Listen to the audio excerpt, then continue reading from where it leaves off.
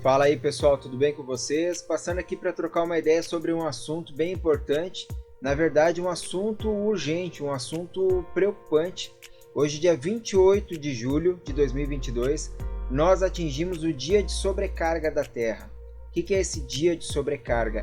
É o dia onde nós atingimos a utilização de recursos naturais que seriam, dentro de um mundo ideal, deveriam ter sido utilizados no decorrer do ano inteiro, ou seja, esse dia deveria chegar lá no dia 31 de dezembro. É como se nós tivéssemos um cartão de crédito com um limite para fazer compras de alimento, por exemplo, até o dia 31 de dezembro, só que chegou hoje no dia 28/7 e esse limite já foi esgotado.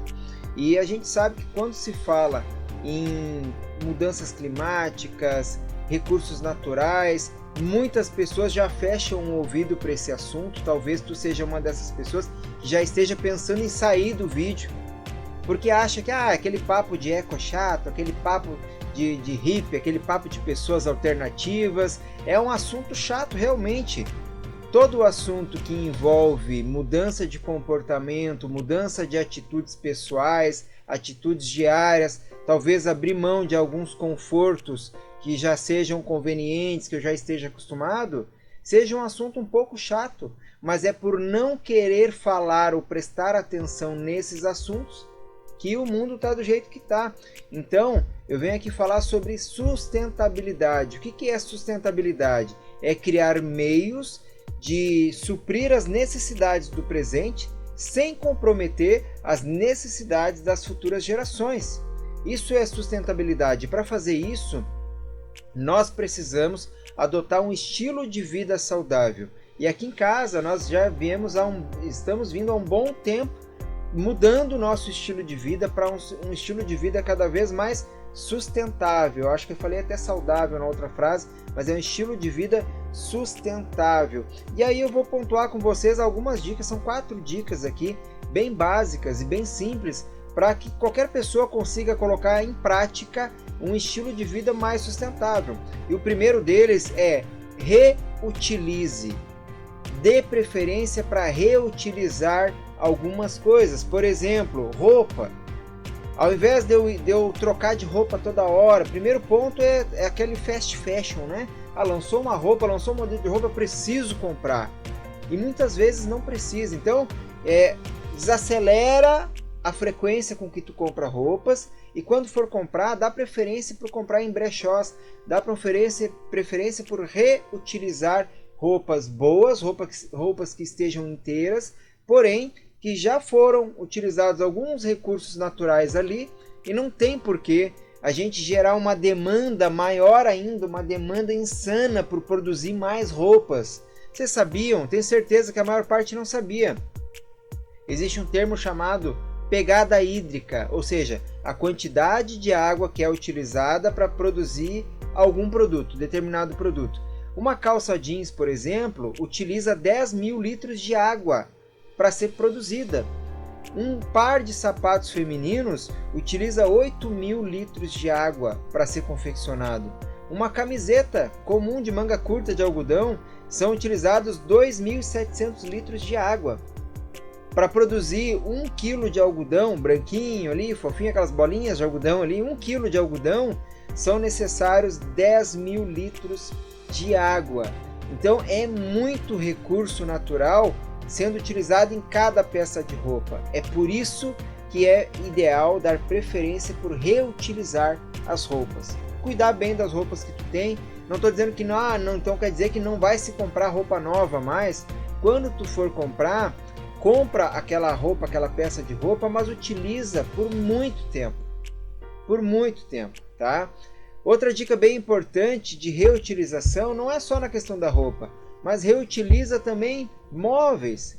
Podendo comprar, por exemplo, quantas pessoas, olha que legal, quantas pessoas às vezes, troquei de casa, estou indo para um lugar menor, estou me mudando de cidade, não consigo levar minha mobília, e a pessoa coloca para vender na internet, anuncia móveis que estão inteiros e que tu pode reutilizar. Ou seja, não vai gerar mais gasto, mais consumo de recursos, vai reaproveitar algo que já foi utilizado ali, muito recurso natural. carro, automóvel, imóveis, né, moradia. Dá preferência para utilizar moradias que já estejam prontas, moradias que já foram utilizados ali recursos naturais. Então, a quantidade de casas vazias, de apartamentos vazios, prontos e esperando pessoas que queiram comprar ou alugar é gigante. Não é pouca coisa, não. Então, reutilização. Reutilizar e reaproveitar também, por exemplo, a água da chuva. Seja para lavar o carro, seja para lavar o pátio, seja para regar o jardim, as plantas. Tem N maneiras de reutilização. Depois coloca no Google reutilização, sustentabilidade. Ele vai abrir uma infinidade de alternativas aí, tá bom? A outra dica bem importante também é mobilidade. A gente sabe que ainda hoje a maior parte dos carros ou dos automóveis, eles são movidos a gasolina, álcool, a diesel, então combustíveis fósseis. Dá preferência para utilizar cada vez menos o automóvel. Começa a utilizar mais a bicicleta, se for longe, mas podendo utilizar um transporte coletivo, ônibus ou um metrô, né? Se puder dar uma caminhada, utiliza cada vez menos o automóvel, que com certeza também vai ajudar nessa questão dos recursos naturais. E a quarta e última dica que eu vou deixar nesse vídeo, apesar de ser a quarta, é a mais impactante. Se tu me dissesse assim, ó, JP, qual dessas 4 dicas é prioritária? Qual é a mais importante? Qual é a que mais vai impactar no resultado de recursos do planeta, de uma vida sustentável? É essa quarta. Alimentação.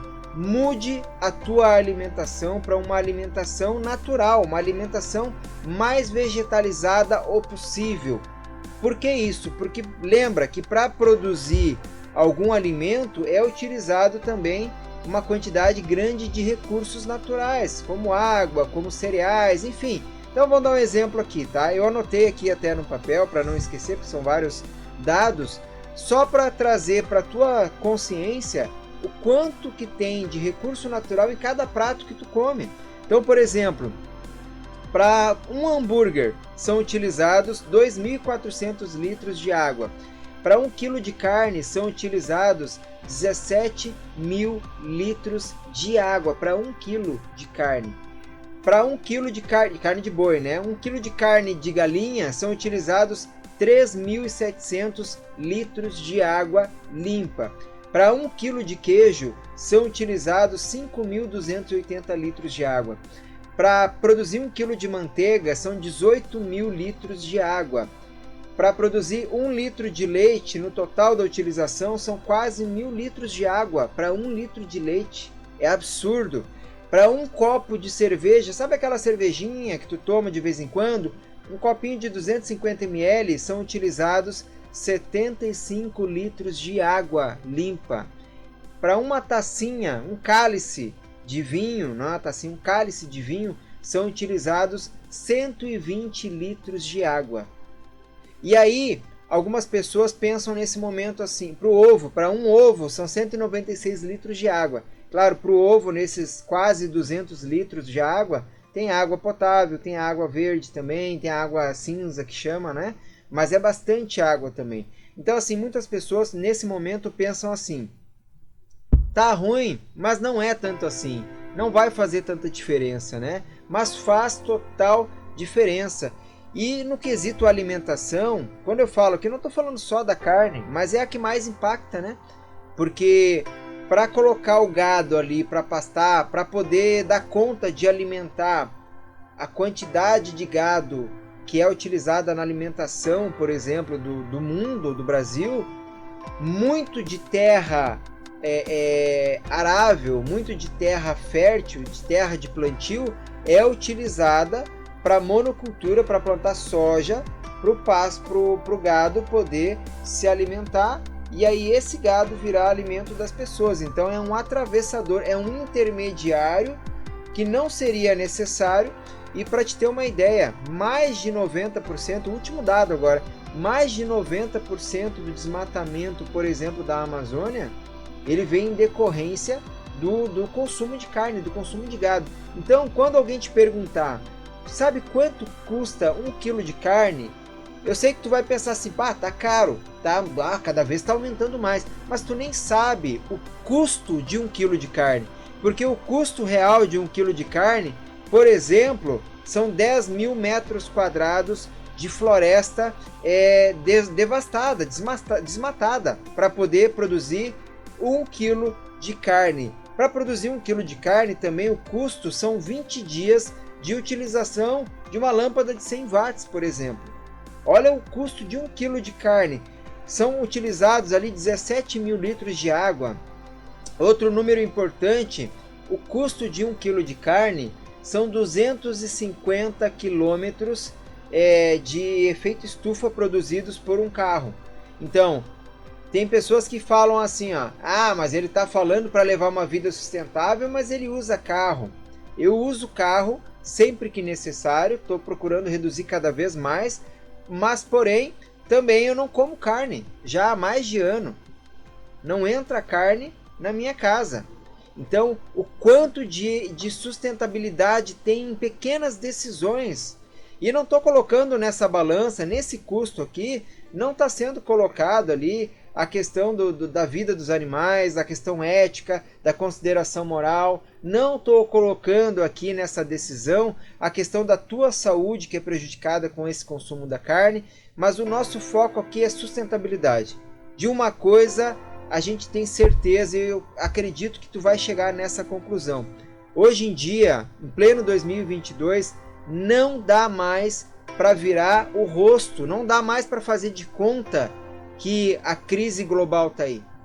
Só para te ter uma ideia como a coisa está feia, hoje no oceano existem 150 milhões de toneladas de plástico. Em 2025, vão ser 1 tonelada de plástico para cada 3 toneladas de peixe. Em 2050, a estimativa é que tenha mais plástico do que peixe no oceano. E que realmente isso eu acredito que vai acontecer, porque o ser humano ele é assim, ele começa a se mexer quando a coisa realmente está no limite. Mas a minha esperança é que com cada vídeo desse, com cada postagem que milhares de pessoas estão fazendo nesse movimento global de tentar abrir a cabeça das pessoas, vai surtir efeito e talvez tu vai ser mais uma daquelas pessoas que vai mudar os teus hábitos e assim juntos nós possamos construir um mundo melhor, não só para nós no presente, mas para as futuras gerações, tá certo? Então coloca na prática um estilo de vida sustentável. Forte abraço, tchau!